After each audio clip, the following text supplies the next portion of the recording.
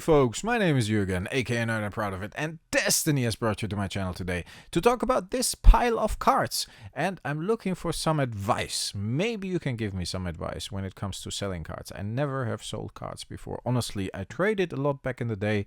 I sold some of the more expensive cards, yes, which I knew that were worth it, but I never went through my binders and looked at cards like this, the Parallel Lives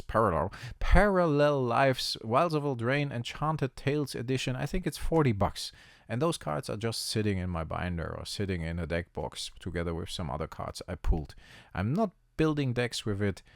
I do play Magic the Gathering a lot when I can, when I do have the time, but I normally open a couple of boosters to play Tower with my friends, Wizards Tower, or we play a draft or a sealed deck, but most of them don't really have decks, so I use pre-constructed decks. I leave unaltered, and then if we play a draft and I pull the Ozolith here, then yeah, it's $40. Why? Or the Beasts of the Sea God, Best the Sea God, it's also like $10-15. Shadow Spear $20. I don't do anything with these cards anymore.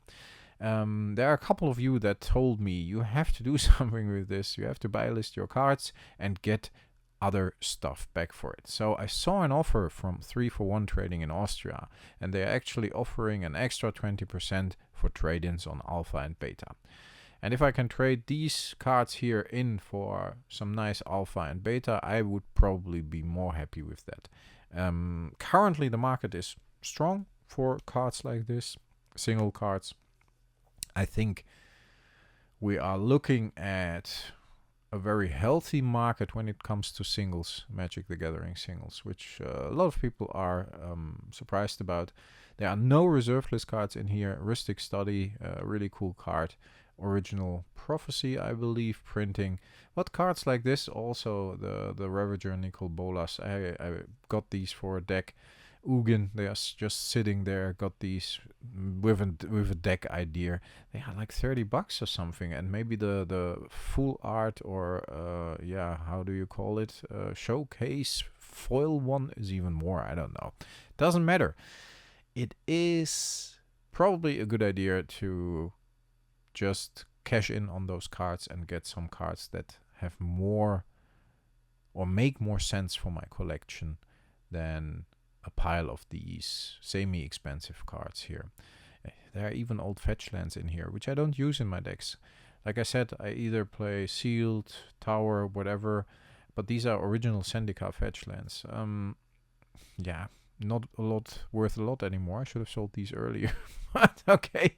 But when I look at the cards I use for my vintage deck, it's more or less complete. I don't even use a Mana Crypt like this here, or a Mox Opal, which is like in the full art foil, probably $150. I don't know.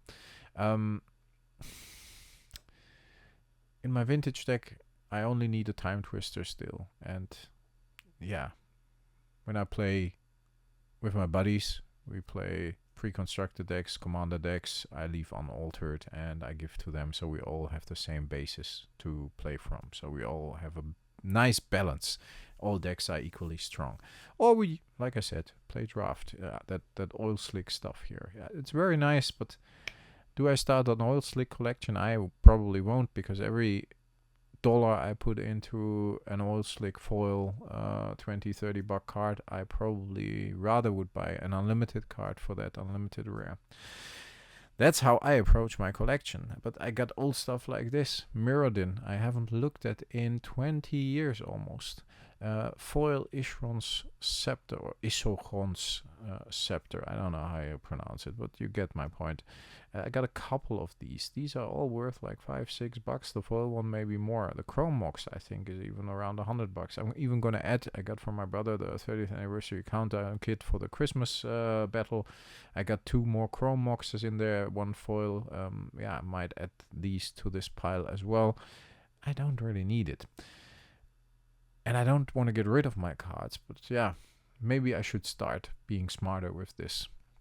Especially if my funds are very low for old cards at the moment, then it might be a good idea to Look at these Kamigawa cards I haven't looked at. 10, 15, 20 bucks. The Crater of Behemoth, I think, is 20, 30 bucks as well. It used to be 50. So yeah, it might be smart to Stronghold, right? The Horn of Greed, 15 bucks. You get the point. What do you think is smart? I'm actually clearly looking for advice. Original Cabal coffers, really nice. Even Mirage cards. And like I said, I wouldn't get rid of any reserved list cards because I think reserved list is, to me, something very special. We talked about that a lot on the channel. You can agree, you can disagree. It doesn't matter. I won't get rid of my reserved list cards. If you see any in here I missed, let me know because it would be a shame. But I'm actually making an Excel list, asking them what they would give for these cards here. They're all near mint because they haven't really been played. It probably is smart to think more commercially and not just like collecting. And I'm collecting sets, I'm collecting old stuff, but the play sets like this go for 20 bucks. I'm never going to use it in a deck. Haven't looked at it for 20 years. Why not get rid of it and trade it in and get something nice, like a cool beta rare or whatever? What do you think a pile like this is worth? I don't have any idea. I mean, they probably give you like 50 cents on the dollar, and if they give an extra 20% to trade in for alpha, beta, they probably give you 70 cents on the dollar. But I think I got 100 cards worth between 5 and 20 bucks here, and some of them are worth like 100, 150.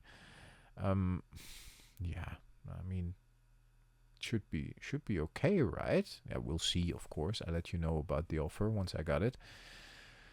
You get the idea.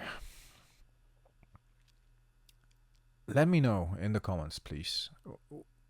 First of all, what you think a pile like this is worth? Do you think it's a good idea? Do you sell any of your stuff if it doesn't really fit your collection? Just cards. These are just cards I accumulated over time and accumulated over a very long period of time for some of the cards, but I haven't done anything with since. And some newer cards I got in boosters I opened for the channel, just for fun, for play. Yeah.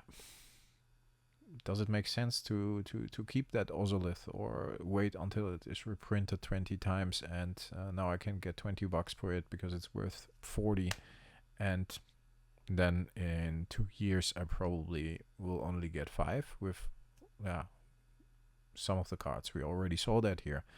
I think there are some in there that I should have sold a lot earlier.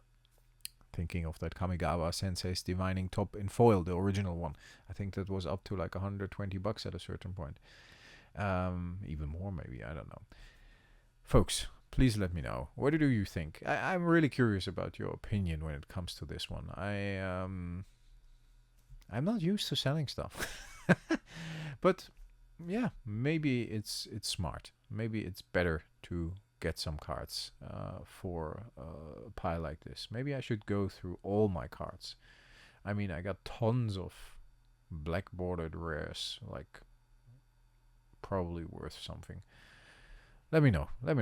Doesn't matter. I mean, foreign black bordered rares like Spanish, German, and so on, which probably are like 10-15 bucks a piece as well. Even got like couple of Spanish mana vaults with black borders, which might be worth something. It's difficult sometimes. It's difficult. If you watched until the end, let me know in the comments. Use the code word Yoda. So not only comment about what you would do, about what you think the collection is worth, but also use the code word Yoda, which we often use. Then I know you watched the whole video. And I really appreciate that. I really appreciate the views and the likes and the comments, and of course my Patreons and YouTube channel members. It's with your support that this channel can stay independent and that I can say whatever the fuck I want here.